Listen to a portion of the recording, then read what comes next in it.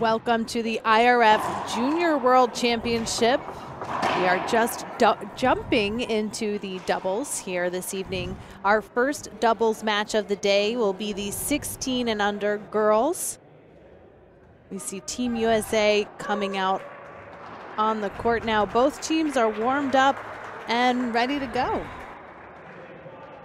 I'm Laura McCormick, and I'm joined by Dr. Timothy Baghurst.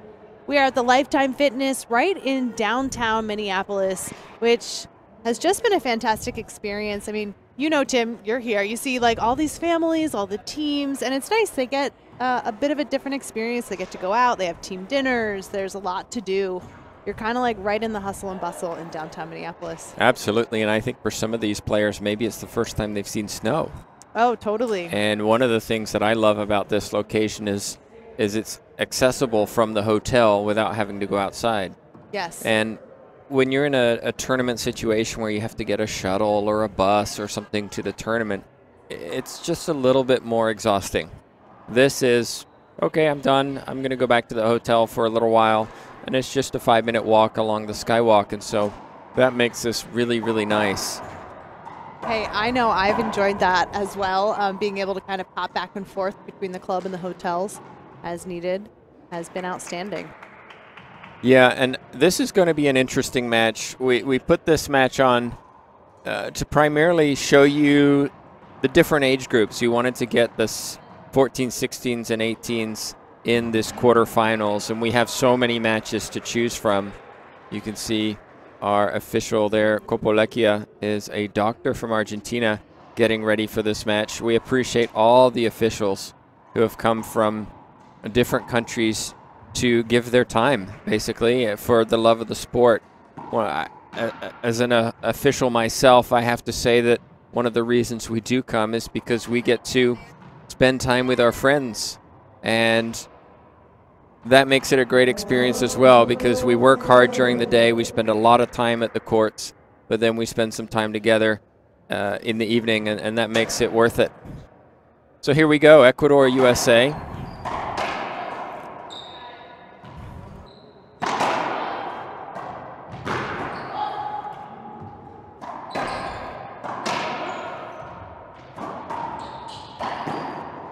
Long rally to start this match results in a side out. So if you're new to racquetball, in doubles, the first team to serve in each game, only one of the pair gets to serve. If they lose the rally, then they side out. Once that's happened, and you see the US here, Jaquette serving, if she loses the rally, then her partner Wargo gets to serve. So here you go, you'll see Wargo, walking up to serve now, and then they rotate back and forth, and each person gets to serve. So it's just an unusual way to start each game.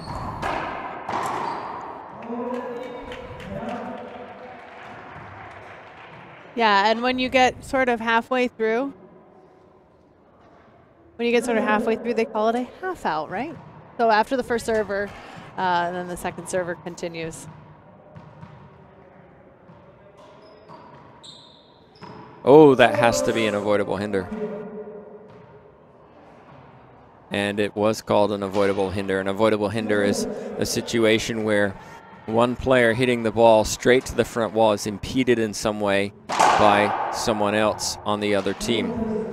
You could see in that situation, Jaquette would have really hurt her opponent had she swung through that, so she held up, and the official made the correct call, gave the rally to the United States. But they're a little wild from Ecuador, but she earns the point. What we're going to see from the U.S. team, Jaquette is going to take the majority of the shots. She's the older player, more mature, has more experience. And Jaquette is playing on the forehand side? The forehand side. So she'll be on and the reason she's doing that is because Wargo is a left-handed player. So they're actually both playing on the forehand side. I like to see that sort of matchup for teams, although I guess it depends, you know, for some players their backhand is the stronger, so that could switch things up too. Another avoidable. So side out, and Jaquette will serve for Team USA. An example of where doubles is just a little bit wilder. The balls fly around a little faster. It's harder to put the ball down, and so you'll either see far more skips. That's a very nice shot. You'll see far more skips, or you'll see far more rallies.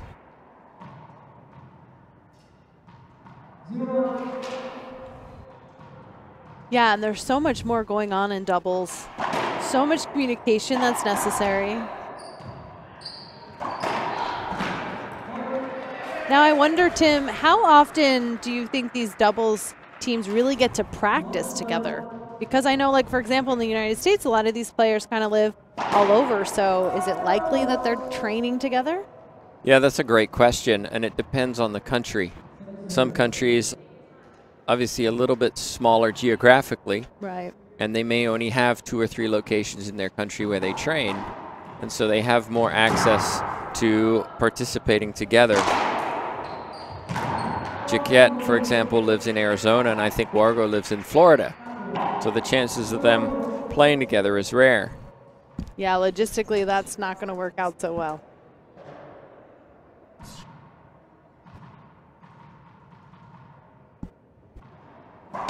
Tied up 1-1. The other thing to note is Ecuador and USA differ in respect to Ecuador often take their athletes to the Pan Am Championships and compete in the junior divisions, for example. Pan Am Championships will be held in Chile next year. And you will see their juniors traveling to these events to gain more experience for when they come to an event like the Junior World Championship.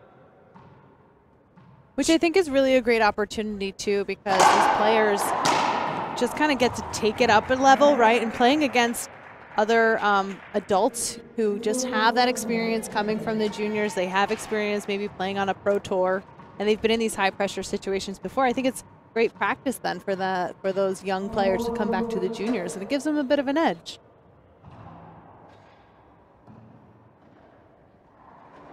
Little discussion between the Americans.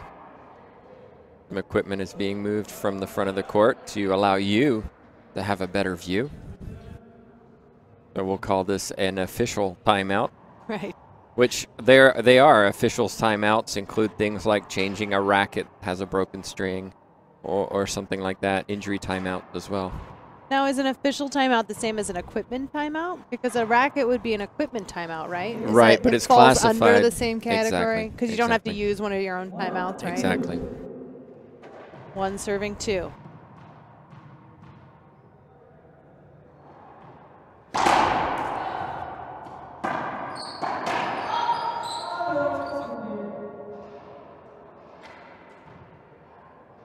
Well, I'm surprised about this.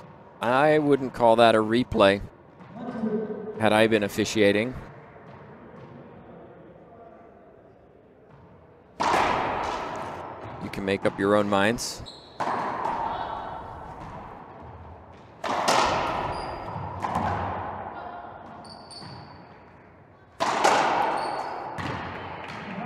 And Laura, I've been coming to the Junior World since 2014. So this is actually my 4th. And what I've seen is I've seen a lot of these younger racquetball countries, nations, really improving at the junior level. And so that's why we see someone like Ecuador pushing the United States hard, because they're really developing junior programs there. Costa Rica as well, Guatemala, all these countries are really forcing the kind of the standard for racquetball, and that's why it's becoming more and more competitive. And no longer are we seeing one team or one country dominate the sport. Of course, I say that, and Mexico have won the last couple. I was just going to say, that brings Mexico to mind, though, just because they are so strong. I mean, and they have that historical background that you're talking about. They're not one of the younger countries, but they have always been very diligent in their junior development. Well, if you go back 15 years ago, they weren't the dominant force in the sport. You know, it was United States and Canada, but they started the junior programs around the country and have really been able to bring more and more players to a competitive level so that when they do come to these World Juniors, they're always one of the favorites. And it starts at the junior level. And what we get to see here is we get to see the future of the sport. And that's what I love about the juniors. I couldn't agree with you more. I love seeing this next generation, these up-and-coming players. I mean, these are the players that we're going to be talking about for the next couple years. And what's nice is when things like mix up a little bit too, and you get, you know, new players every year. It's not like you're not in this for life necessarily. You got to keep competing every year and make your national team. Yeah, and for some countries, it's a little bit easier to get here because they're just starting junior programs. A good example is Argentina, who just built new courts in Buenos Aires, and they've started their junior program. And so right now they only have 2 or 3 juniors coming to these events, but I think in 5, 6, 8 years, they're going to be very competitive because of the efforts they've made to really, let's get this started, let's grow this sport down in Argentina. And it's just going to take time before they realize that potential. Team USA, strategizing a little bit. I think there's always a leader on each team, and I would say Jaquette right now is the leader of Team USA. She's doing most of the talking and the communicating. And it makes sense. She's vastly more experienced.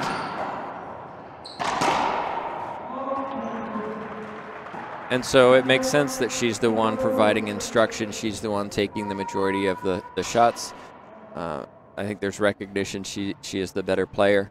It'll be interesting to see if Ecuador really start to pull away in this first game, whether the U.S. switch to an I formation. I formation is a situation where one player, usually the best player, stands in front of the other one so that they are the ones taking the majority of the shots, especially on return of serve.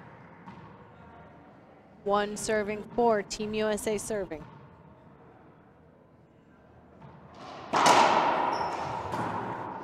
She needs more like that. Jaquette, great serve. Gets a skip return. 2 serving 4.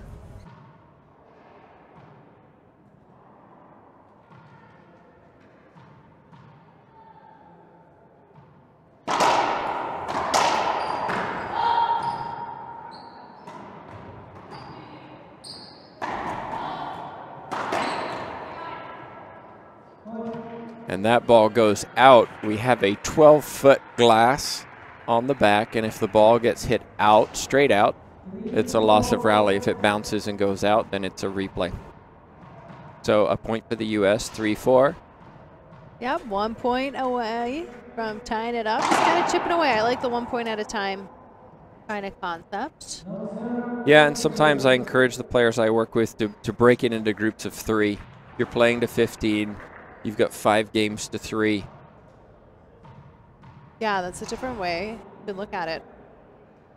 I like that each player kind of has their own mentality, but this is where these events are so exciting because you see teams really come together. And so maybe for some of these players, they have to change the way that they play and based on their team environment. There's a skip down the right side. Ties it up 4-4. We have cement walls. We use a Pro-Pen green ball. Means that these courts are quite quick. The ball travels very fast.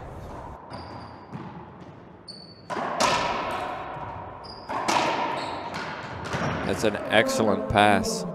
Wide angle down the left side. Yeah, we see Jaquette trying to get that extra coverage and cover her teammate. All 4 of these players have been coming to Junior Worlds for years. Even Wargo, who's probably the youngest of these 4, was there in 2014. And so they've played each other before. This is the same age group, so they progress up, and maybe there's a 1-year differential where one moves up and the other one stays for a year. But they play each other every year pretty much, or every other year. And so they're familiar with each other's games. And the World Juniors is it's an opportunity to evaluate who's been training during that year. And so what we see is we see these athletes come and we can determine, wow, you've really trained this year because your game has really increased. And an example of that is the match we saw before, Gerardo Franco, who's really improved over the last year. and as a consequence, won his age group at the Mexican Nationals and is here playing extremely well. And I think it's a good point how much a year can make a difference, but I think we also see that sometimes in those ages and a little bit of that age division. Like, for example, Gerardo Franco is 19 years old playing in the 18 and under division because when he entered 2017, he was 18 years old, so he's still eligible. And so I agree that it's what you do in that year, but sometimes it can be that developmental difference, especially when you're looking at, like, a 14-year-old. You have a 15-year-old who's playing in a 14s division, and that they're actually playing against a 13-year-old. It just kind of starts to all get very technical, and that's what keeps it so interesting, at least from my perspective. And I think especially in the kind of 12, 14-year-old range, there's huge developmental differences. At the same instance, you can't beat skill.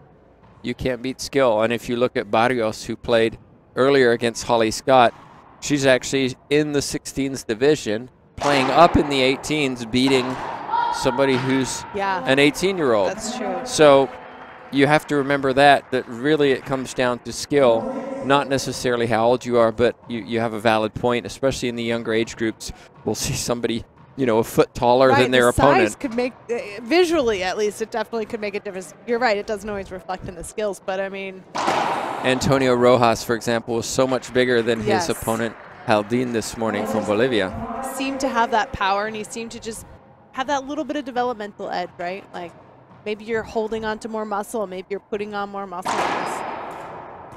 We've got a good match going on. 5 serving 6. Margot didn't put it down. Jaquette. Oh. Oh, goodness. Kind of got nailed there. Couldn't hear the call. Looks like a replay. They've exchanged pleasantries on that.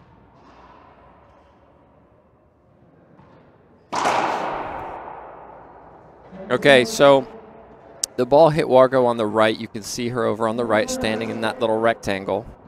So once the ball is released, the service is initiated, and once struck, the player can move out of that box. The problem is if Jaquette hits Wargo when Wargo is not in that box, then there's a loss of rally. That's why it's important to communicate with your partner that you're going to serve there and stay in the box and prepare to be hit to some extent, because if your racket's down, that could hurt. That's right. You see a lot of players in the doubles kind of holding up that racket against their face. If we see Jaquette do it, yep, there she goes. So we'll see where this serve goes. It's also a habit. Typically just do it anyway.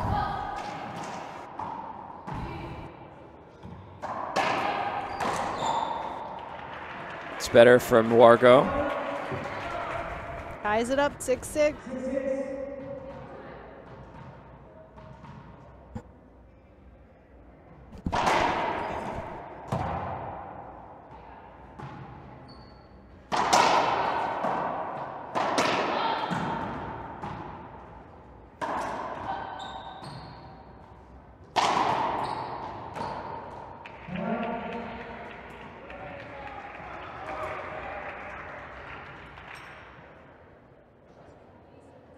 Like Jaquette coming out to talk to the referee.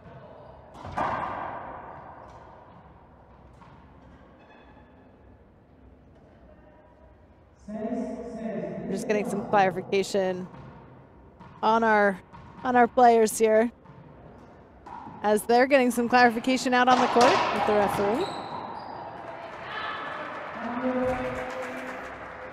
Yep, from Pinero.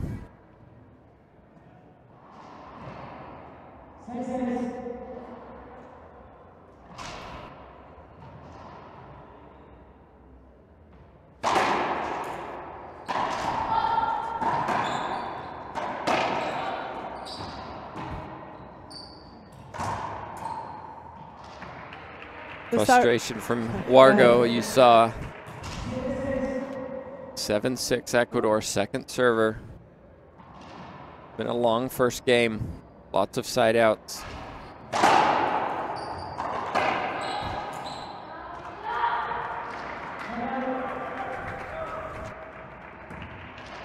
Six serving 7. Sarmiento on our right, waiting to receive. She'll also be playing in the next doubles match because she's also playing up in the 18s with a different partner.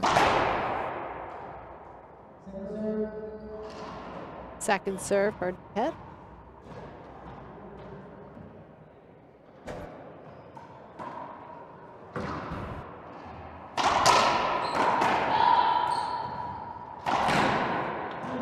Didn't move her feet at all. You saw how she turned and just kind of lunged at the ball.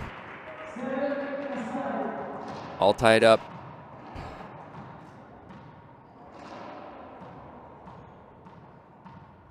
7-7 in game one.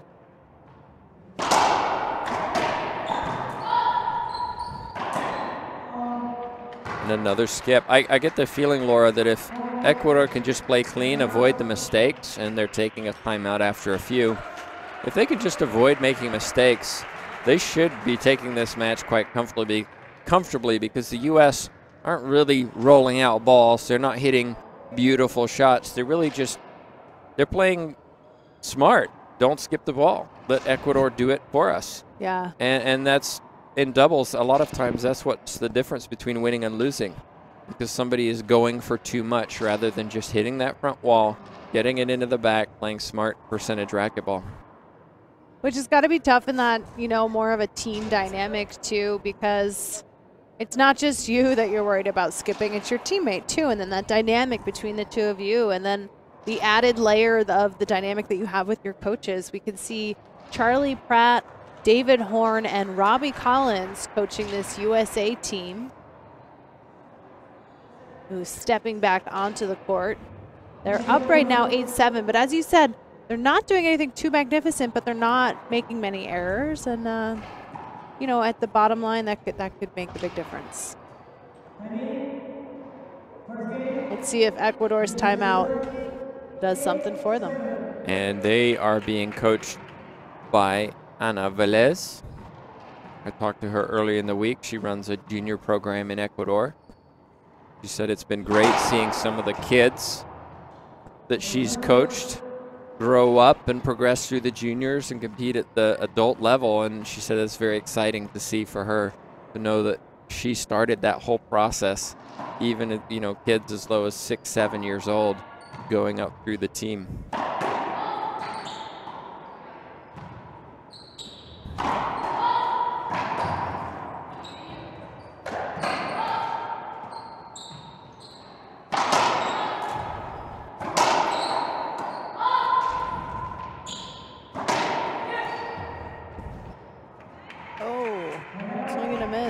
So the advantage of a timeout, right?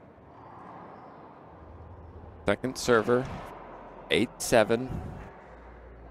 The thing that's so interesting to me about doubles is that the strategy is so different. The shots just have different meanings, right? Like a cross-court pass, down the line, it just all means something different.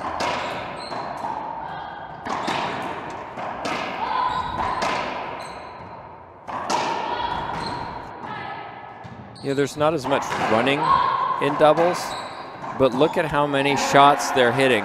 Right. So you're swinging a lot more. You're taking a lot more shots. And that can be fatiguing, especially, I mean, here they're just playing one match a day, but in a normal tournament where you may be playing 2 or 3 matches in a day, that can really take its toll the next day when you've hit 3 times as many shots because you're playing doubles. Oh, but these guys are so young. Do they have pain? Do they have pain, Tim? I suspect they do, given the number of bandages and braces and everything they wear. That's true. Penn serving 7. You know, the Ecuador did get a half out from their timeout, but USA staying strong. And as I say that, Ecuador gets a full side out. 7 serving 10. Doubles is a game of runs because both servers get an opportunity to win points. So if one wins a couple and the other wins a couple, suddenly you've got 4-point swing. And that's why it's so important when you're playing doubles to recognize and not get frustrated when somebody goes on a little run, because it happens. It's normal. Whereas in singles, maybe less so. So you mentioned that one of your strategies is kind of like telling players to look at it in groups of 3.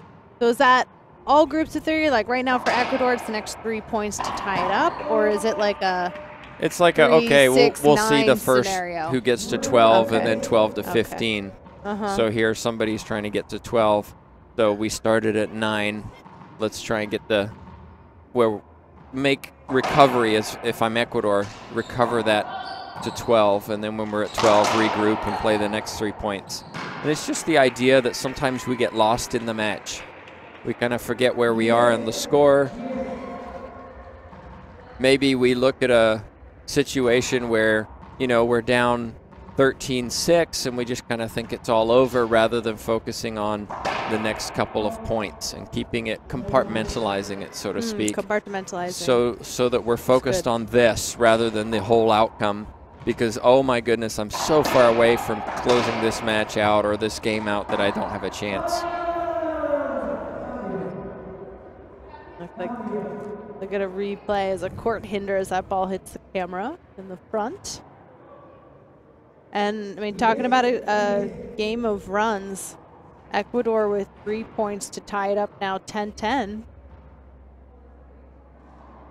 It's been a close match so Great far. serve. Hits that Bermuda glass. So hard to see. Suddenly, Ecuador are in the lead. Wow. Wargo puts one down, gets a side out.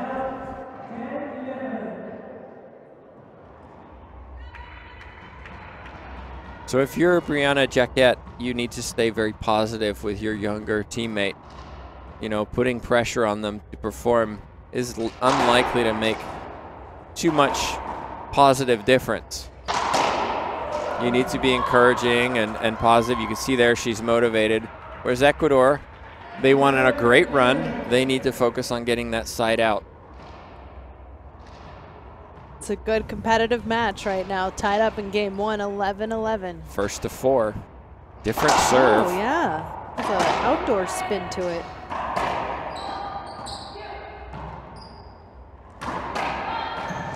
Oh, wow. What a great get. Sarmiento. Yeah, USA almost celebrating a little too early on that, but they stuck with it, so props to them for recovering. And for Ecuador, Sarmiento seems to be the one who wants to take charge. She seems to be the team captain, so to speak. And that was a very athletic get, but ultimately didn't help. 12-11, second serve. More conversation between the Americans.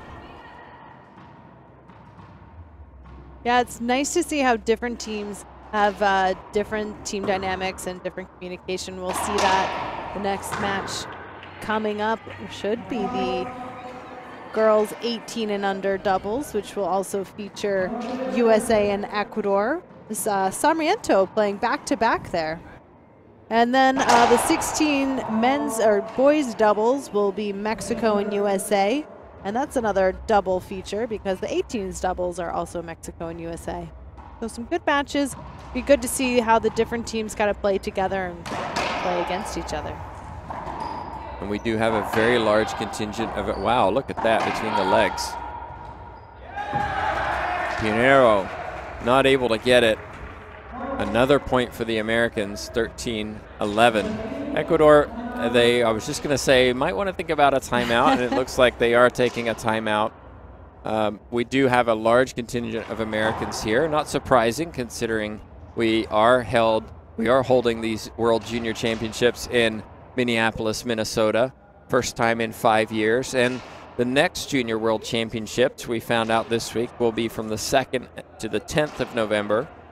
Location yet, we don't know. Probably find that out in the Pan Am Championships, which will be the IRF's next major event, which are the 23rd through the 31st of March. Temuco, Chile is where we're going. That's very exciting. South American Games, not run by the IRF, but it's a multi-sport event, so racquetball will be involved there. 28th of May to the 3rd of June. And then the same thing, a multi-event Central American and Caribbean Games will be in Colombia from the 24th to the 30th of July. The one that we've been waiting for, we had the Chinese delegation here this week having meetings to discuss this.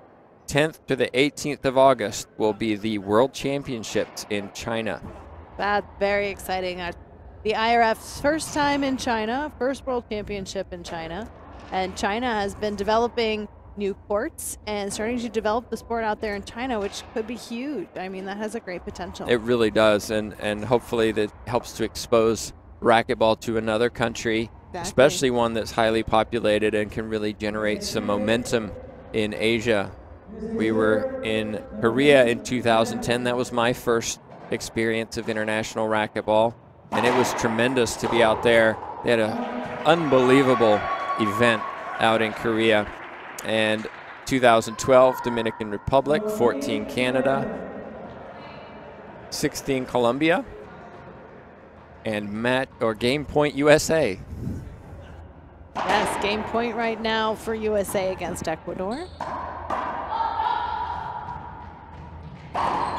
Beautiful.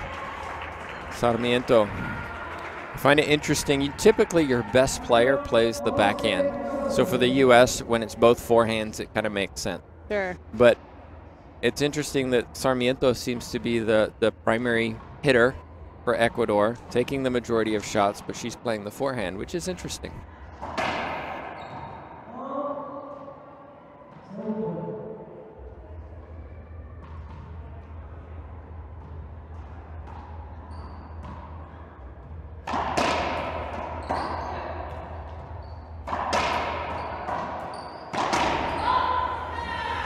Great shot from Wargo. That's a wide angle. So instead of going cross court to the back corner, you're hitting it to hit the sidewall so that it bounces behind both players to the middle. This is one of my favorite combinations, though, like Team USA has when you have two forehand players. So I like that you have a pairing of a lefty and a righty. This really changes, just another level of the layer of doubles here. And there's Sarmiento again, gets a point, 12-14. They're not out of it, 3 points, and they have the first game. Yeah, you're absolutely right. And sometimes what happens is teams will then try to serve to the middle to force somebody to hit a backhand. Oh, an ace, I think. But you don't need to when you can hit an ace. And you see that Sarmiento shot it left, which not expecting anybody to do that in the back. Wargo now has to be ready because they're trying to pick on what they perceive as the weaker player here. 13-14.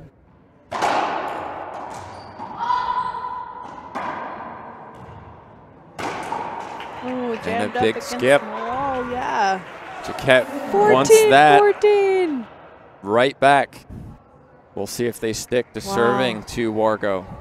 This game so far has been just, I mean, tied up every step of the way here. So why would we expect any less at 14-14? Back and forth, and as we said, a real game of runs. Yes. Oh, she got it. Well, Pinero was there and just didn't seem to be ready for that.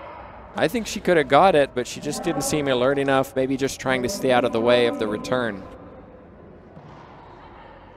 Game point. 2 opportunities for the United States.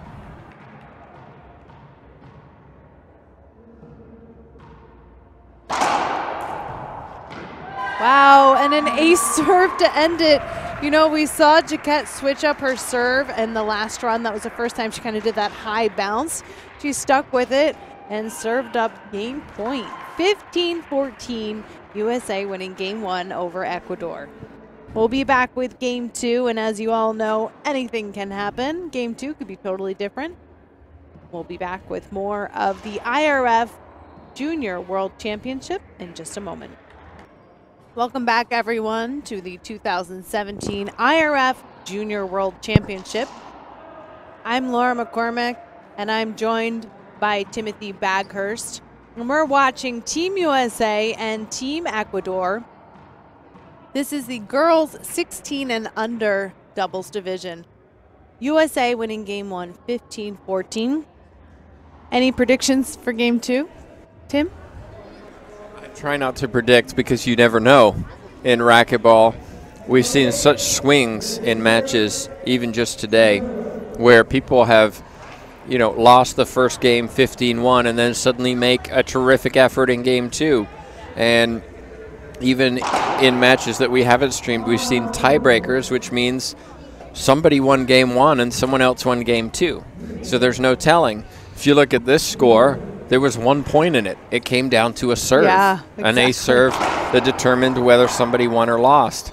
So it's going to be very interesting. You know, I feel like Ecuador kind of were playing catch up the whole time against the U.S. And if Ecuador can gain a lead here, it might give them some momentum. And you start with an ace. That's a really great serve. Cracks out on the floor and the wall. Pinheiro really has to play a little better. Sarmiento is playing really well. Pinheiro just looks a little out of sorts. You can see her swing is just, I think unorthodox would be one way to put it. Ooh. Oh, that's a tough one. And a side out called, avoidable hinder.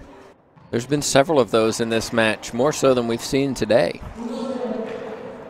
But it is also doubles, as we pointed out. There's more people on the court. Bodies. There's more kind of just flailing at the ball to keep it alive. Lots of cross-court shots.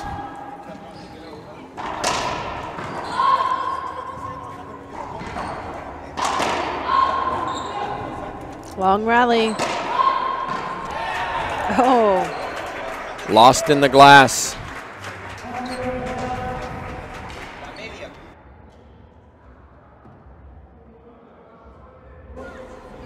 Zero serving 1.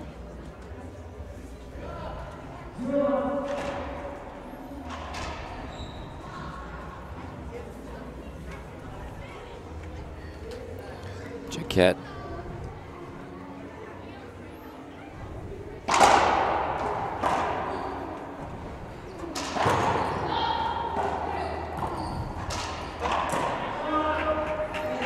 Well, you can tell from her expression that Wargo skipped it.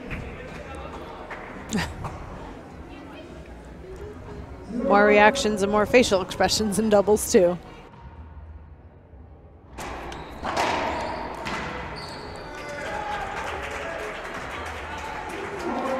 One point for USA.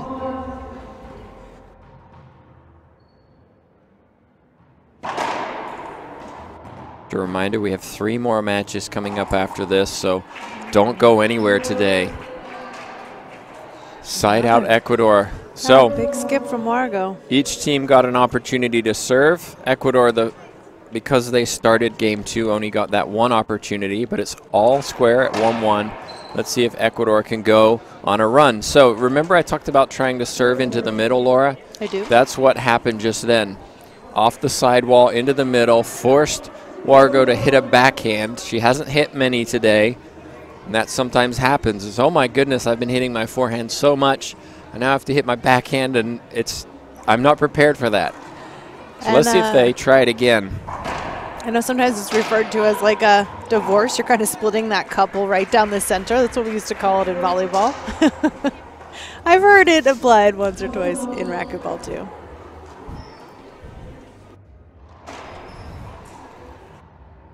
Two serving 1.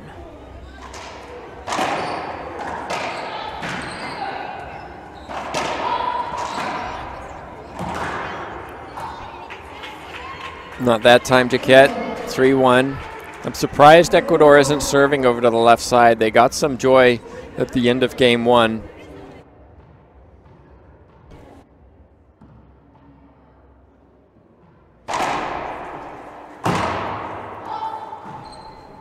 Pinheiro. Jaquette. And a big skip. So what Sarmiento could do is take a couple steps backwards and then hit the front wall, side wall, come across to the middle. I think that hit the camera. That'll be, oh no, I didn't, excuse me. I think it hit one of the Ecuadorians. Hit someone in the head. Oof. But 3 points from that effort. let's see if the U.S. can respond. I don't think we've seen more than a 3-point run or a 3-point lead previous to this in game 1. So it'll be interesting to see if that stays the same in game 2 or not. And it's been a bit scrappy, but it's also been very competitive and very close. Right. Some of this, you know, you have to think, well, medals are on the line. It's on the show court. They know their friends and family are watching at home. And there's pressure there. It's definitely, we've already talked about this today. There's so much mental components to this game. So looks like that'll be a replay. I'm not sure about that. Yeah, I thought it was sold pretty well, though.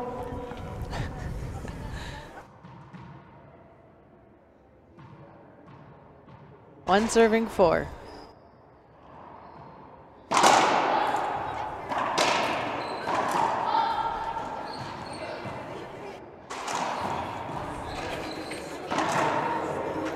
Pinero skips it on her backhand.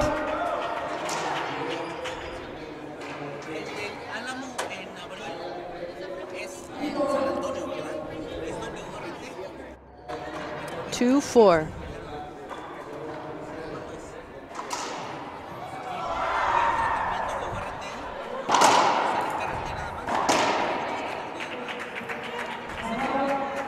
Well, it'll be a half out. Wargo will serve.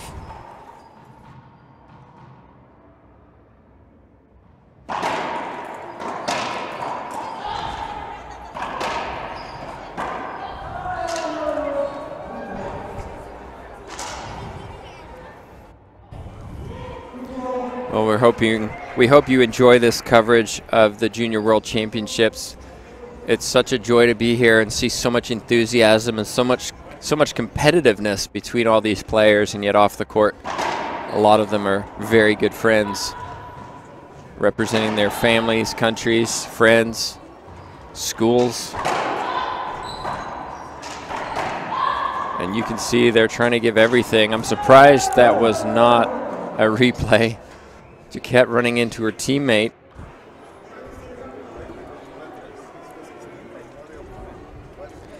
Looked like one of the Ecuadorians was locked up a little bit in that too. It was like a... Well, I think the replay was the call from earlier rather than that specific area. And Pinero struggles with that jam serve, wrapped around her body, didn't move her feet.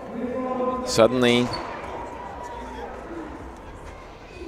You know, we talked about the score and the number of runs, and like just point by point, USA catching back up. It's 3-4.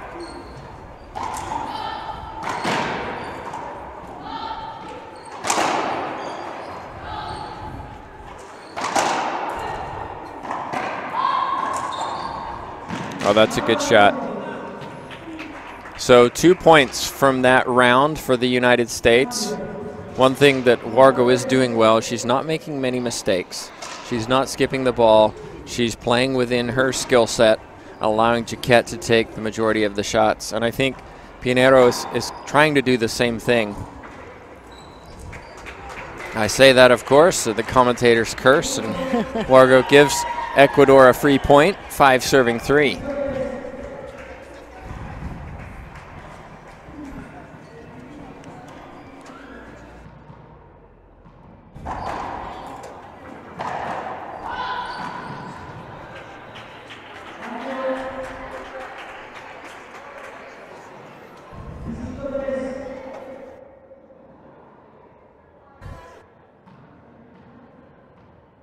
Sarmiento looks to her coach, Velez, for instructions. Goes across to Wargo. This will come off the back ball.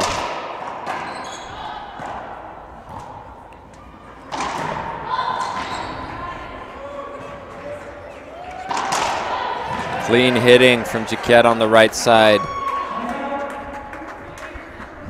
Just a point for the Ecuador pair on that round.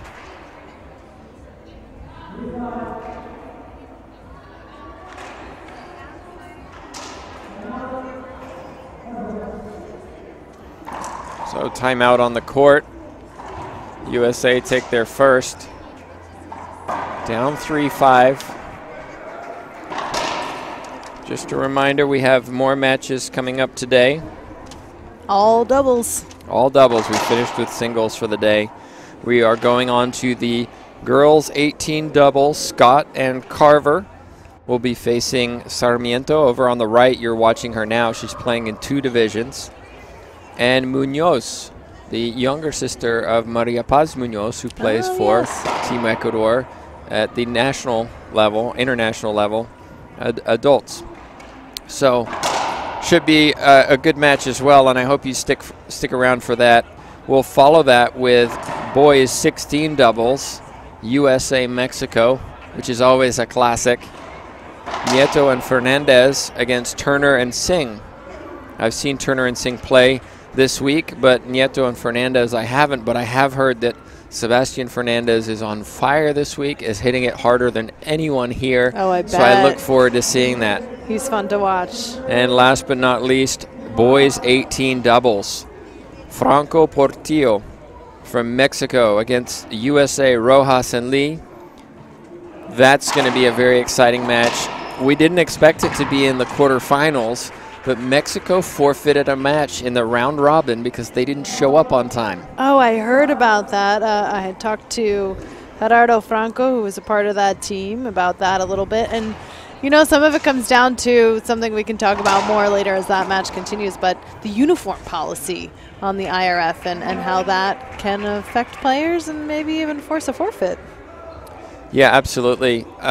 We've had a couple of instances, for example, where players are warming up in a uniform that is not a national uniform. Maybe it's just a sweatshirt or something, and if it doesn't have the name of the country on the back, it's an automatic technical, -1 point. And that happened to one of the young Americans playing earlier this week, and it really seemed to affect him because he starts the match -1. And oh, right. So that would issue a technical. And so it's that I got a technical, but it's one of those things that coaches need to be aware of. They all know the rules. Many of these coaches have been coming for years and years, but some of the younger youth here particularly may not be familiar with the rules, and unfortunately for a couple of them, they've had to learn the hard way. Yeah. Well, I guess that's sort of how it goes as a kid, right? Sometimes you have to learn lessons the hard way. Maybe it'll stick. But we have seen, in the history of Junior Worlds, even last year, double technical. Maybe you miss the same thing twice, like not warming up with your eye guards or something. And we have seen that actually with one of the players here. Colombia, it was last right? year, Colombia. Yeah, he got 2 technicals for not wearing his eye guards while warming up. I mean, you'd think you'd learn your lesson from the first one, Right. but then he went back in and did it again. Got himself a 2nd technical. Then he tried to have the racket measured of his opponent, which you can ask for. It has to be 22 inches in length. It was found to be the correct length, and so he received a 3rd technical, and a 3rd technical is a forfeit. So that's a shame. Quite dramatic sometimes on the court, and it has nothing to do with whether somebody can hit a good shot. 3 serving 8 in game 2. Jaquette going back to that serve that got her the ace and won game 1. Yeah, it's kind of an outdoor serve where you bounce the ball high and attack it.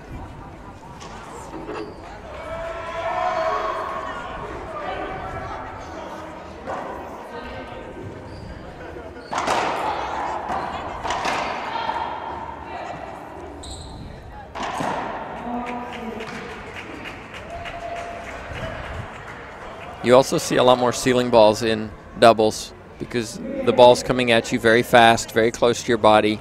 So you tend to push up and go up to the ceiling and play a little bit more defensively. And sometimes that's what makes doubles more fun because you get more rallies. It's less 3-shot rallies, serve, poor return, and finish. Oh, wow. Jaquette just missed it. 8 serving 3, no points for the Americans. They're not serving on their score. They're Scoring serve. on their serve. They're getting opportunities. They're just not able to earn points. And so the U.S. frustrated, 9-3, no timeout.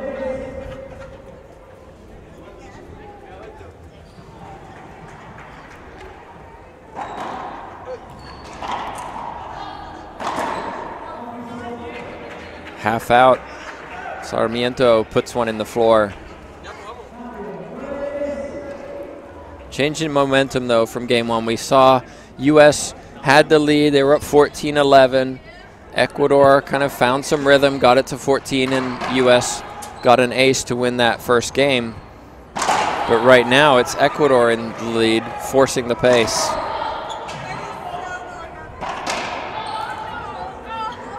Oh, wow. Good shot, says Jacquette.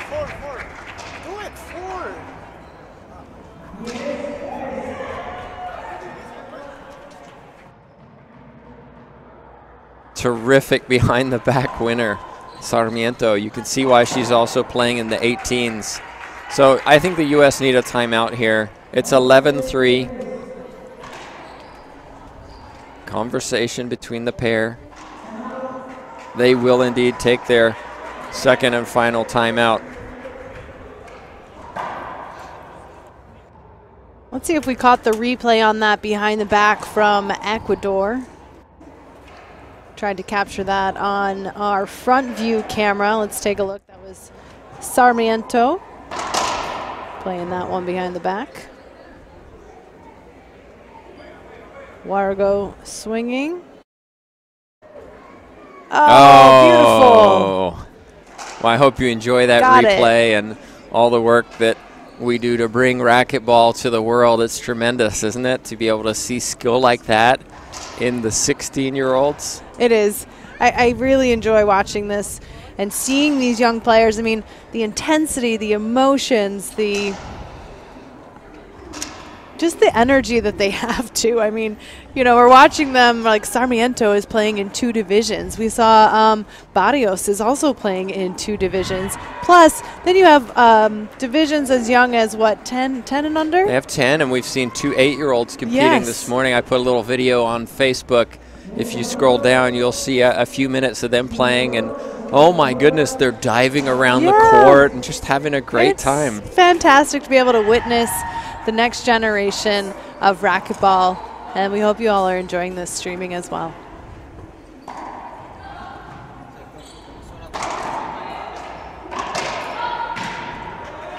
Good timeout from the Americans. Get a side out. If you are enjoying this feed, please do us a favor and share it with everyone on your pages and your friends, and let's see how many people we can expose the sport to and help grow it. And this is only the beginning. This is the quarterfinals of the IRF Junior World Championship. Tomorrow we'll be streaming the semifinals, bringing you another 8 or 9 matches across all divisions and singles and doubles, girls and boys. And then on on Saturday, we'll wrap it up with the finals. So lots more racquetball, lots of the next generation coming to you in the live stream. Finally, a point for the U.S. It's been a long time. Tomorrow, I think, will be a particularly long day. The semifinals are grueling because they're even. You're getting the top 4 players in each division competing against each other. Yeah, so that you gap tend to really see starts to close. The tiebreakers, the real strong competitors, and hopefully, from a neutral point of view, we get some terrific matches that go into those 11-10 tiebreakers. 12-4 for Ecuador.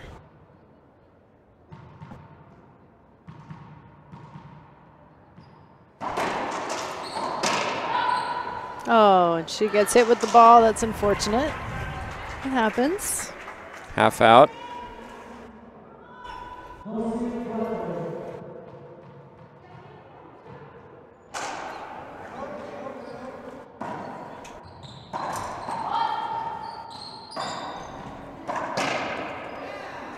Well, Jacquette wanted the avoidable hinder. She had a great pose on it.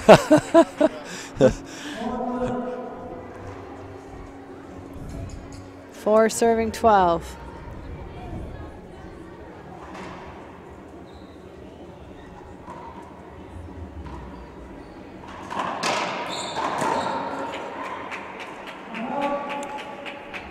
Jacquette frustrated with herself. She had what she wanted. She just didn't execute. Wargo fighting for this second game in the match. Don't want to go to a tiebreaker. Great serve. Pinero. Oh. Buries one into the floor. Look how high she was when she took that, Laura. She didn't allow the ball to drop low and hit flat. She hit down on it. Maybe a little nervous or uncomfortable.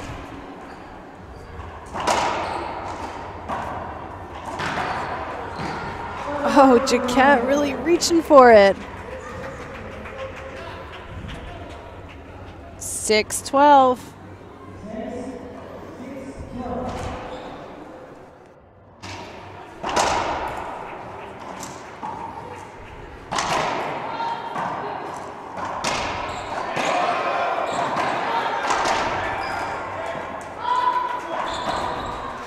Long rally.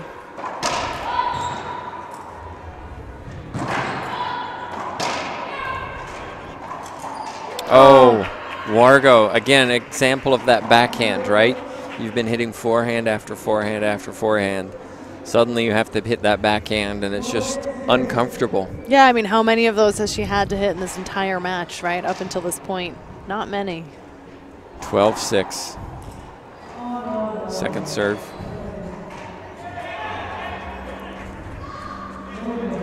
We are at the Lifetime Fitness in Minneapolis, and I'm hoping you can feel the energy here. Not only do we have racquetball happening, but this is a full active club. There's so much to do at this Lifetime Fitness. And I think it's exciting for all of the family and teams that are here. I mean, there's games happening in the gym. These kids are playing pickleball, table tennis, basketball in their off time. You can hear there's just a very busy atmosphere here, and we love it.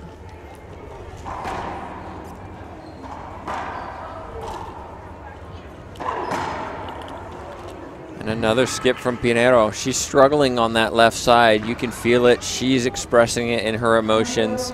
Just doesn't seem to be swinging confidently right now.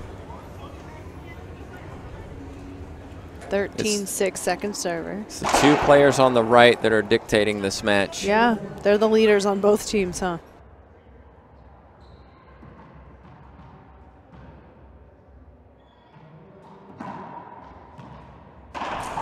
Good serve. Wargo stepping backwards as she hit. Encouragement from her teammate, Jaquette. But this is game point number 1. 14-6.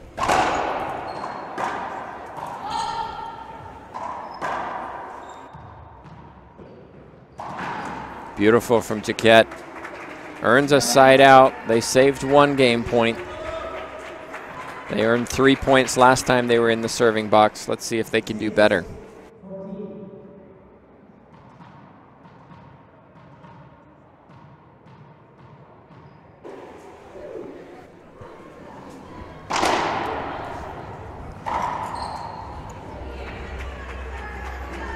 Well, that's 1 point, one at a time. 7-14. USA serving.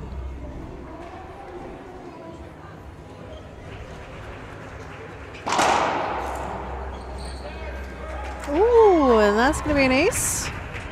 And there's an example of hitting across to your partner's side. Really, you should be letting your partner know whether some signal or something to say, look, I'm going to that side. Be sure to get out of the way, because otherwise, if Pinero's ready for that, in truth, it was a good serve, Wargo's standing right there. So right there, oh goodness.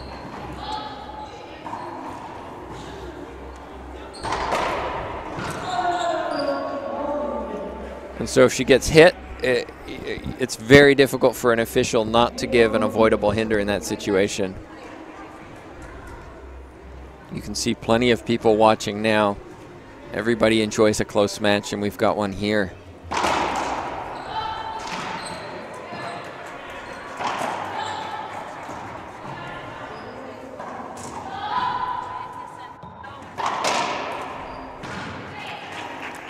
Great hit, Sarmiento off the glass. Wargo didn't see it. Second server.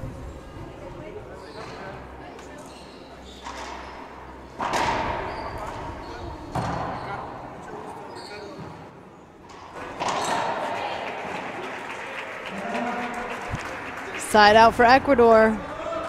They now have their second game point. If they can pull this out here with the win in game 2, we'll be going to tiebreaker, which is first to 11. Change up on the serve. Backhand Z serve. Set up. Both of them won it. Oh, so soft. Oh, Jaquette. I thought she had it. Yeah, she was reading it. Ecuador take game number 2, and we're going to a tiebreaker, ladies and gentlemen. That's right. We'll be back in 2 minutes with that tiebreaker for you. Remember, it's first to 11. Anything can happen now. We'll be back in just a moment. Don't go anywhere.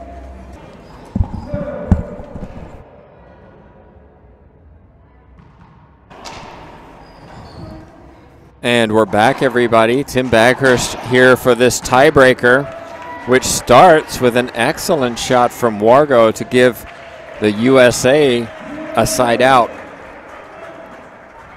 Ecuador won 29 points total. USA won 23 points total. And so Ecuador had the choice of serving first. They elected to.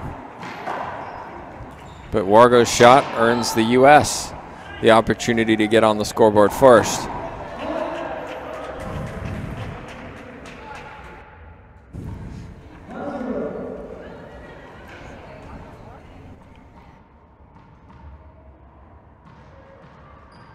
First point for the United States, 1-0.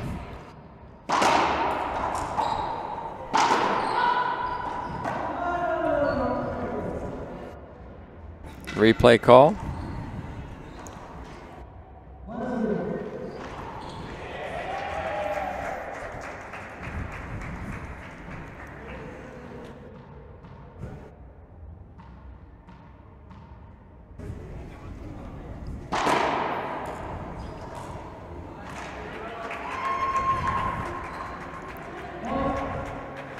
And this is not what Ecuador wanted. 2 quick points for the United States. Another conversation between the Americans. Maybe Jaquette warning her partner she's serving that side. Let's see. Yep. Pinheiro leaves it up. But so does Jaquette. Sarmiento puts it down. Sarmiento, sorry. Half out. Great serve. Wargo.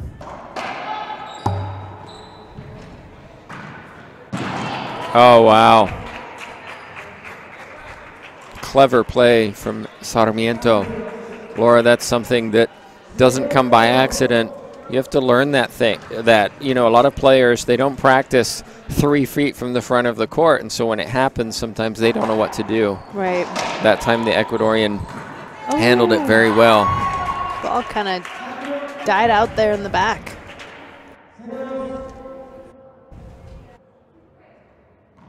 Zero serving 2. So let's see if both teams serve to the left side. Great pickup. Replay called. Well, Jaquette doesn't like that.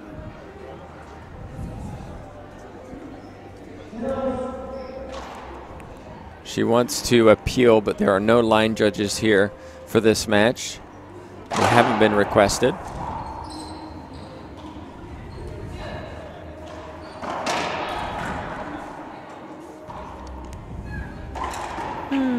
Big skip from Wargo. And that's what she needs to avoid. When she doesn't skip it, it's very hard to beat the U.S. team. Try to make sure there's no free points in this tiebreaker.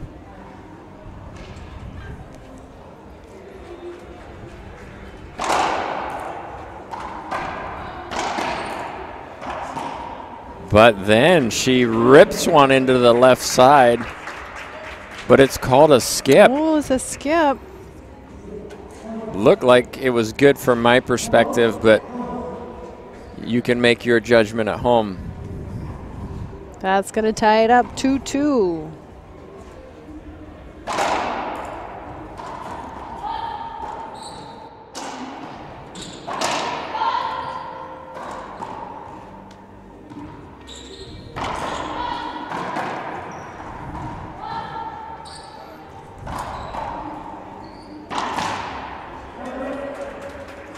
And a kill from Jaquette for the side out. She's pretty pumped up. I'd like to see that. We've identified her as a team leader on Team USA. She is the older player with more experience. I'm not sure what Charlie Pratt is talking to the official about.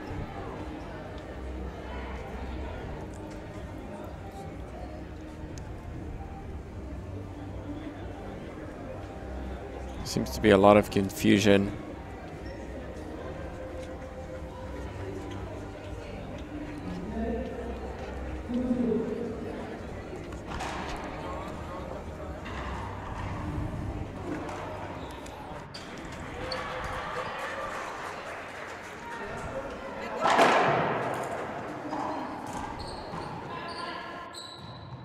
Oh, just couldn't chase that all the way to the back there. That was tough to follow, and we've talked about the back glass, but then you also have that side glass too, and that green pen ball does sort of get lost in that.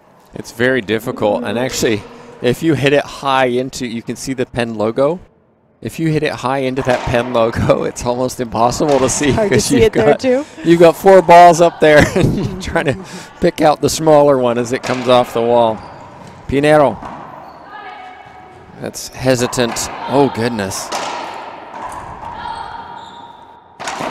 Oh, She Sarmiento skipping it.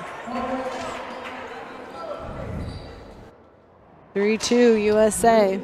And Pinero, you can see she looks nervous. She's really just pushing the ball. If you're going to push the ball, push it to the ceiling and get your opponent into the backcourt. Not smack in the middle like that, but Jaquette has to be frustrated with that shot. I think she's going to say that she was impeded. Of course, there's nothing you can do about it now. If the official didn't see it, he didn't call it, there's no change. You can't change that decision. Sure, once it's called, it's called. So 2-3.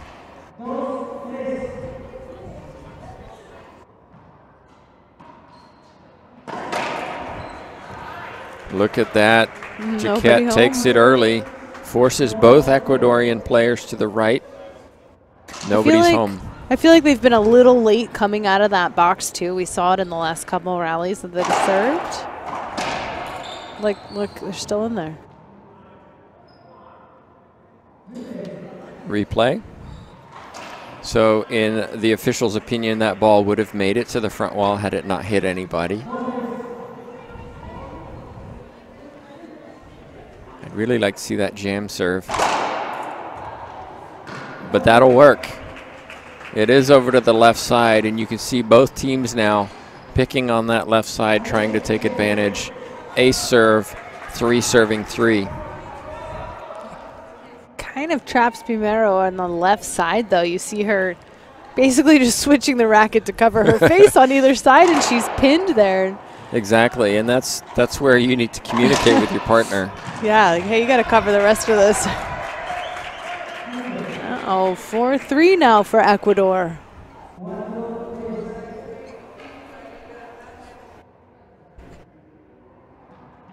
This is second server, so a side out will give the U.S. opportunities to score.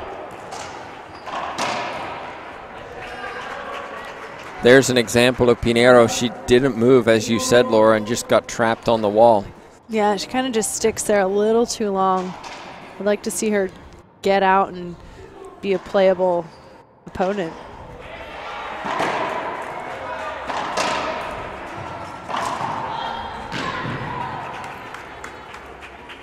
So tied up, 4-4. First to 7. It's been close this entire match, really. It has. Ecuador took a big lead in game number 2, but the U.S. clawed their way back into it, ultimately not enough. A reminder that the U.S. won the first 15-14. Wargo almost got hit. Second server for Team USA.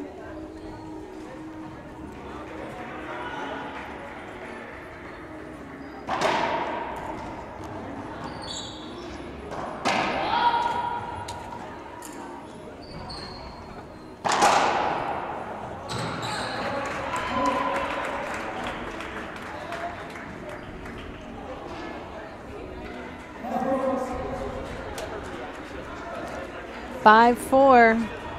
USA takes a little bit of a lead here. Short serve.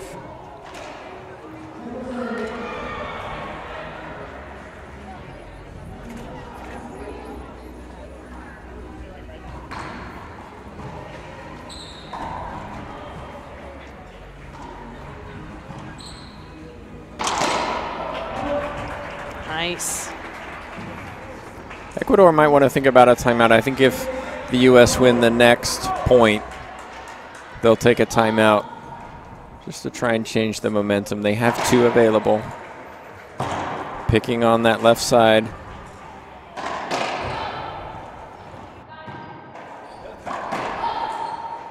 Oh, man. Tried to hit it behind her back. She's struggling, and indeed Ecuador do take the first of 2 potential timeouts in this tiebreaker. Just a reminder, of course, that after this, we have girls doubles, 18. USA, Ecuador, Scott Carver against Munoz Sarmiento. Then boys 16 doubles, Nieto and Fernandez from Mexico against Turner and Singh from the U.S. And we finish the day with boys 18 doubles. One I'm really looking forward to, USA, Mexico. Yes. Franco Portillo, Rojas, and Lee. What a match that turns out, we hope to be. We are at the Lifetime in Minneapolis, Minnesota. This is the first time that the Junior World Championship has been held in Minneapolis. And Lifetime has just been a most gracious host. It's a beautiful facility. As they say, I can do it all in my lifetime, and it's true. With all of the teams and parents and families that are here, you just really get the feeling like you have everything you need here. You got food, you have all types of services. There's 6 courts that this event is spread out on, and they've just been a fantastic host. And if you're anywhere near this, you should definitely come and see this in live. I mean, it's tremendous to see such athleticism, such emotion. I love the juniors because you can see how they feel on their faces all the time, and it's fantastic entertainment. And this event is totally free, too. If you want to come down and view these matches, come down, hang out with the different teams. You kind of get to see everyone walking around in their team warm-ups and get a full experience of what this event is just all about. Great pickup. Well, that has to be an avoidable hinder. Oh my goodness, Jaquette, look at her. Sarmiento has been hit, what, at least three times. Credit Jaquette for apologizing, but that's a tough call to take. So sometimes the assumption is, but I jumped. Therefore, it should be a replay. And the reality is straight shot, it doesn't matter how high you jump, because then we have to define how high a jumping should be. Right.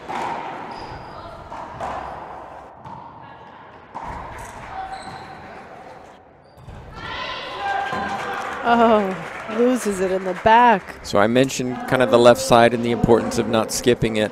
So far, I think Warrego's only skipped one. And so therefore, look at the U.S. They're 7-4 up, second server Ecuador.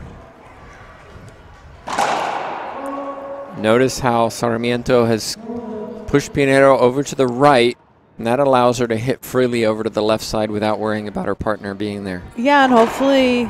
Oh, my goodness. Mental mistake. 2 double faults. 7-4 U.S., 4 points away from this match and a place on the podium. Quarterfinals, girls 16s.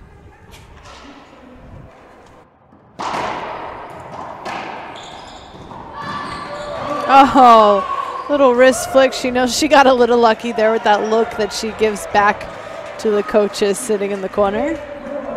It's going to put USA up now 8-4.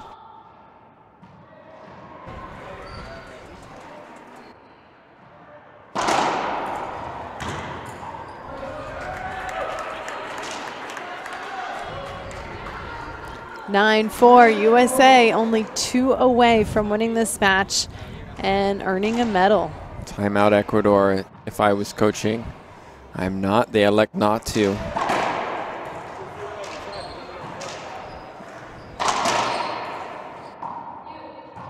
Attacking the left side.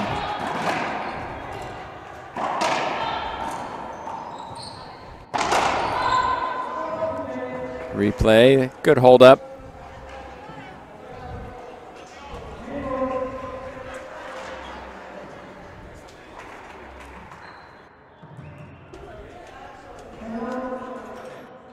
There is the timeout for Ecuador. They didn't lose a point in that because of the replay.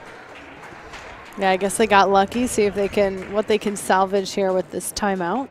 You can see over to the left, just bending down, is the Ecuadorian head coach Felipe Mercado. And standing in the glass is the U.S. head coach Charlie Pratt.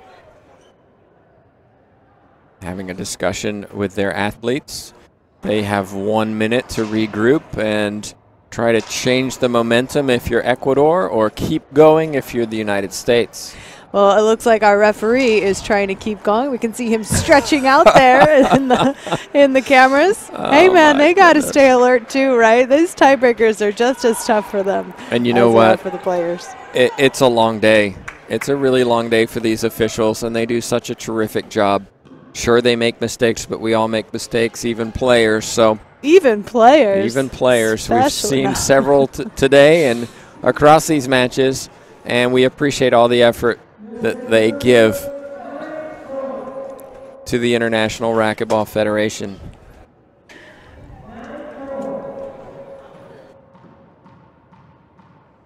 Nine serving 4.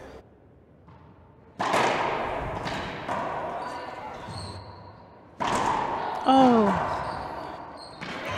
Well, Pinero finally comes up with something positive. She struggled in this tiebreaker. Good defense, was able to pick that ball up. Second server. This is big right here. Wargo, this is tough.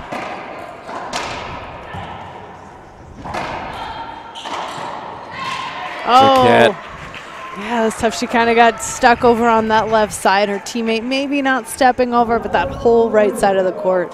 And you remember totally I was talking about earlier how you're 3 feet from the front wall. What do you do with it? In that situation, she hit it back to her Ecuadorian opponent. Right.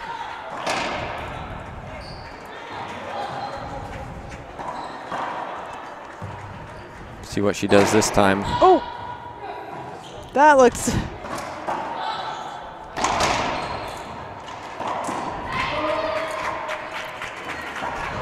Skip from USA, 5-9. It's getting tight. Plenty watching on. You can see in the glass to the right how many people are looking in through the side. Who doesn't love a tiebreaker? Yeah, trying to squeeze in and get in on that action. That was nervous. Really high. She must have heard you talking about how many people are watching.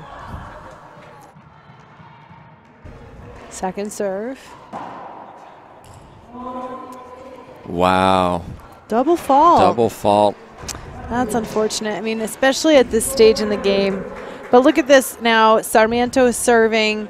They're going to squeeze Pinero up against that right side, which I think is good. She hasn't been getting out of the box in time. It's better. They need to switch.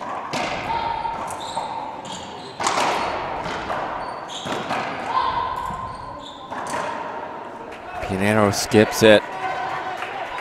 That's tough. There's a lot of pressure. I don't know how many times we've seen Pinero. Is this her first year playing in the 16s? Are we sure? I'm not sure. It's a new name for me. Sarmiento we've seen here a few times representing Ecuador.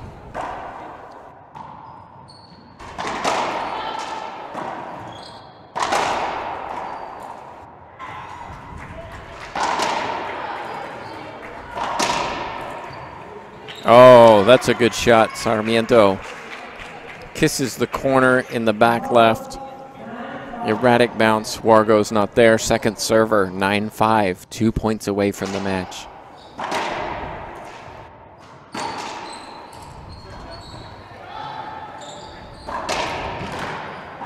Good reach. Pinheiro misses it. Match point number 1. Look at the emotion on the Americans' face. Ecuador encourage each other. They just need a side out right now. Jaquette. And again, this is her chance. And she puts it down. USA takes this match 15-14, 8-15, 11-5. Fantastic way to start off our doubles for the night with a tiebreaker.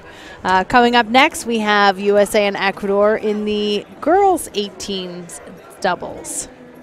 Thank you, Tim Baggers, for joining me. Let's take a quick look. I think we caught the very tail end of that last point. Let's take a look. Jaquette with that opportunity. It kind of bounces all the way around there. And she was so close. And you can see the light on the Americans' face. They advance to the medal rounds, and they'll have a semifinal tomorrow. Congratulations to them. Terrific effort from Ecuador. They fought extremely hard, but ultimately USA advance, and we'll see them, USA and Ecuador, coming up again in just a few minutes.